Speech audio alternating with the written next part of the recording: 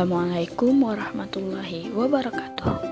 Jumpa lagi dengan kelompok 4 BLKL. Pada video kali ini kita akan membahas tentang perbankan syariah di dunia dan di Indonesia. Sebelum kita masuk ke videonya, jangan lupa like, comment, and subscribe. Kita akan membahas tentang sejarah perbankan di dunia. Perbankan syariah pertama kali muncul di Mesir tanpa menggunakan embel-embel Islam karena adanya kekhawatiran rezim yang berkuasa pada saat itu akan melihatnya sebagai gerakan fundamental. Sedangkan sejarah berdirinya perbankan syariah di Indonesia yaitu pada tahun 1990. Majelis Ulama Indonesia atau MUI berhasil membentuk kelompok kerja untuk mendirikan Bank Islam di Indonesia. Inilah yang menjadi cikal bakal lahirnya perbankan syariah di Indonesia. Mari kita simak perkembangan perbankan syariah di dunia maupun di Indonesia. Perkembangan di dunia mulai berkembang sejak tahun 1963. Perbankan syariah di berbagai negara telah banyak bermunculan dan terus berkembang.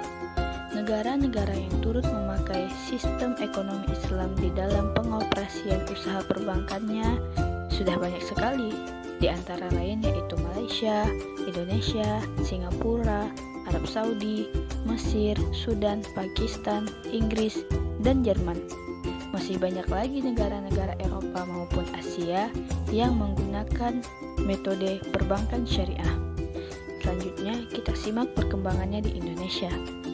Perkembangan perbankan syariah di Indonesia dimulai sejak tahun 1983 bersamaan dengan adanya diregulasi perbankan di mana pemerintah Indonesia berencana untuk menerapkan sistem bagi hasil dalam perkreditan yang merupakan konsep dari perbankan syariah. Dan pada tahun 1980 muncul sejumlah inisiatif pendirian Bank Islam Indonesia melalui diskusi-diskusi bertemakan Bank Islam sebagai pilar ekonomi Islam. Selanjutnya, mari kita simak kelebihan dan kekurangan masing-masing perbankan syariah beserta kendalanya. Kelebihannya antara lain yaitu kuatnya ikatan emosional keagamaan antara pemegang saham, pengelola bank, dan nasabahnya. Yang kedua, adanya fasilitas pembayaran yang tidak membedakan nasabah sejak awal dengan kewajiban membayar biaya secara tetap. 3. Adanya sistem bagi hasil untuk penyimpanan dana setelah tersedia peningkatan dini tentang keadaan banknya yang biasa diketahui sewaktu-waktu dan naik turunnya jumlah bagi hasil yang diterima. Selanjutnya yaitu kekurangannya. Yang pertama, bahwa bank dengan sistem ini terlalu berprasangka baik kepada semua nasabahnya dan berasumsi bahwa semua orang yang terlibat dalam bank Islam adalah jujur. Yang kedua, sistem bagi hasil memerlukan perhitungan-perhitungan yang rumit terutama dalam menghitung bagian laba nasabah yang kecil-kecil dan yang nilai simpanannya di bank tidak tetap. Yang ketiga yaitu karena bank ini membawa misi bagi hasil yang adil, maka Bank Islam lebih memerlukan tenaga-tenaga profesional yang andal dan daripada bank konvensional.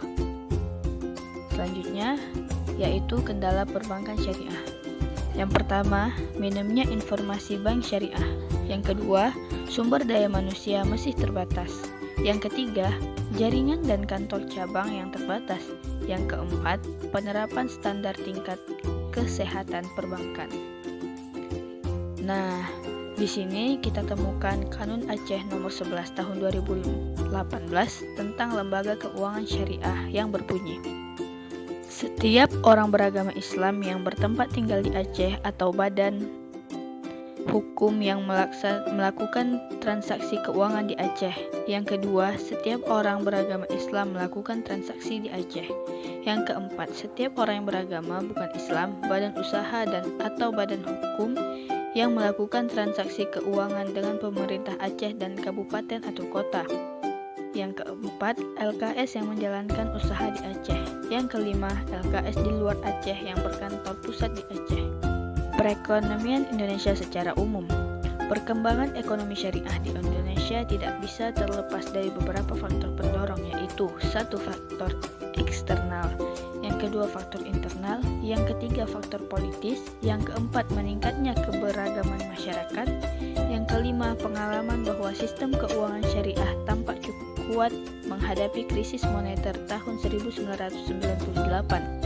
Yang keenam, faktor rasionalitas bisnis pun turut membesarkan ekonomi syariah. Selanjutnya, setelah kita mengetahui Kanun Aceh nomor 11 tahun 2018 tadi, ada baiknya kita melihat penerapannya Kanun Aceh nomor 11 di Indonesia. Kanun Aceh nomor 11 tahun 2018 di Provinsi Aceh, menurut pendapat kelompok kami, penerapan bagus. Cuma seperti kita alami dan kita ketahui, saat ini banyak yang terkendala karena seluruh Aceh harus menggunakan bank syariah. Kemudian sistem jaringan dan jangkauan lelet dan sering terjadinya keeroran. Selanjutnya, kita akan menyimak bagaimana kebijakan pemerintah Indonesia menanggapi persaingan dan perkembangan keuangan syariah. Penelitian dan pengkajian mengenai masalah ini menjadi sangat penting untuk dikedepankan, mengingat kebutuhan yang sangat mendesak atas kehadiran lembaga ekonomi dan keuangan Islam.